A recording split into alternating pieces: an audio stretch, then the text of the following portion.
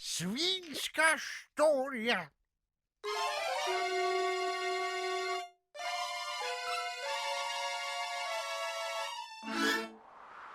Gregor Švajnbirt, črnopasasti povprečnež sredi mrzle snežne plohe stegnil jezik je na plano.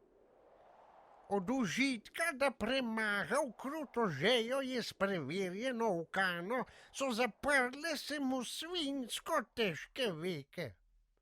In ker pujsi pač ne rabijo obleke, niti kovtra, niti deke, je ostal tako zamišljen, kakšno uro ali več. Minila je noč, Anžonovec je prinesel obilen zajtrk, vmes pa si prepeval. Piskar sladke lipe, da noge bodo svinjsko lepe, vse za vas, prijatelji. Porcija korenčka, da koža bo kot od dojenčka in preskrbne vaše dni. Krožnik dva fižola, da vam bo težek kot macola in od sreče poln obraz. Sreda slastne pise, ko se med hojo vse vam trise, brez skrbi sem tudi jaz, sem tudi jaz, sem tudi jaz, sem tudi jaz, sem tudi jaz.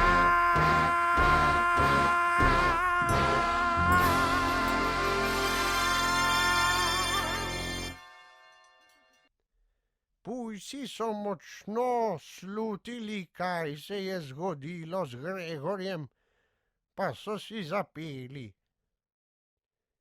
Hvala za prijateljstvo, plemeniti gospodar, vedno dobro jedli smo. Plemeniti gospodar, grel si nas z ljubeznijo.